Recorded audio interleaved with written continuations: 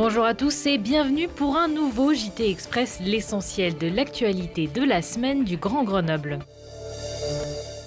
Les résultats du sondage commandé par le Dauphiné Libéré et France Bleu Isère ont été communiqués lundi. En 5 mois, date du dernier sondage réalisé dans les mêmes conditions, les choses n'ont pas tellement changé. Le maire sortant Éric Piolle reste en tête et gagne 4 points. Alain Carignon, avec le même score, est toujours deuxième.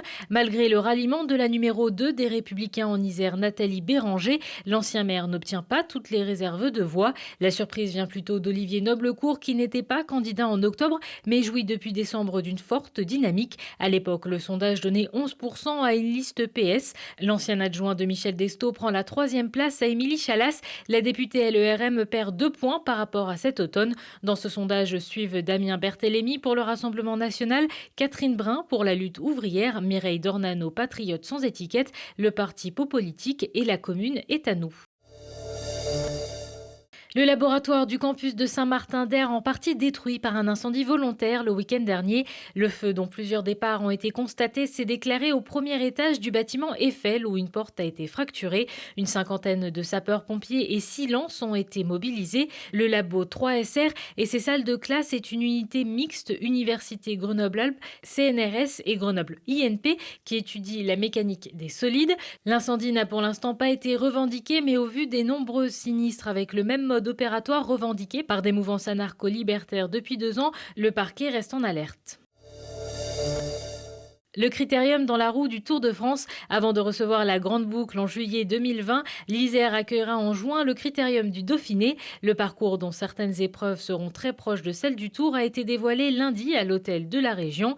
Une arrivée au col de Porte le 4 juin et un départ de Coran le lendemain. Une aubaine pour le département, la métropole et leur attractivité. C'est une première arrivée ici au col de Porte dans l'histoire du Critérium. Évidemment, les coureurs avaient déjà fait ce col et étaient déjà passés par cette route. Mais pour une arrivée, c'est une grande première. Une très très belle étape, longue, entre Vienne et le col de Porte, de plus de 200 km. C'est une étape qui va bien les préparer pour le Tour de France. Et donc arriver par Grenoble, ici au col de Porte, en Chartreuse. Une magnifique étape très variée et je pense très sélective. Cela faisait longtemps que la place de la Libération de Villard-de-Lans n'avait pas connu une telle ferveur populaire.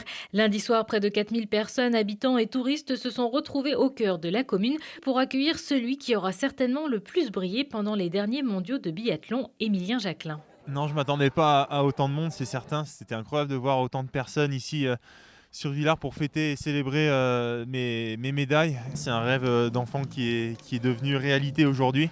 Mais j'ai beaucoup d'autres rêves et dès demain, je vais retourner au travail pour les réaliser. La 57e édition du Salon international de l'agriculture se tient jusqu'au 1er mars à Paris. L'événement accueille 650 000 visiteurs chaque année, une belle vitrine pour les filières locales. Depuis 3 ans, le cheval du Vercors de Baracan tente de se frayer un chemin parmi les ovins, bovins, cochons et toute la basse-cour. C'est celle que les éleveurs ont choisie pour représenter la race, pour jouer la carte de la jeunesse. On a des chevaux qui ont du chic, des petites têtes bien expressives, et une de leurs particularités, ça va être notamment un œil maquillé. On voit sur Galia, elle a une différence de couleur dans le marron autour de l'œil, avec un œil bien entouré de noir. Une jeune Quel avenir pour le bâtiment de la CCI? En octobre 2020, la Chambre de commerce et d'industrie de Grenoble quittera la place André Malraux pour rejoindre le World Trade Center. Alors qu'un compromis avait été signé il y a quelques semaines avec un promoteur qui prévoyait d'y installer une résidence pour seniors et un pôle médical, la métropole pourrait bien préempter le site. Des discussions sont en cours avec la ville de Grenoble. Cette dernière espérait y installer logements en accession et logements sociaux, ainsi qu'activités et commerces en rez-de-chaussée, ouverts sur des espaces public rénové. Dans un communiqué, Alain Carignon, candidat à la mairie de Grenoble, dénonce, je cite, « une décision à 8 millions d'euros totalement à l'opposé de l'intérêt général ». C'est un symbole de Mistral qui est en train de disparaître, mais pour la bonne cause. Dans le cadre de la réhabilitation de ce quartier grenoblois par l'ANRU, l'Agence nationale pour la rénovation urbaine, la barre Anatole France et ses 100 logements n'existeront plus demain. Après la phase de désamiantage, c'est une immense grue qui est entrée en action il y a quelques jours. Le but, c'est de vraiment casser morceau par morceau pour réduire et pas avoir de trop gros éléments en fait, qui viendraient percuter le sol et générer des projections. Et pour faire cette démolition, on génère beaucoup de poussière. Pourquoi on arrose? On arrose pour justement rabattre ces poussières et générer le minimum de nuisances pour le voisinage.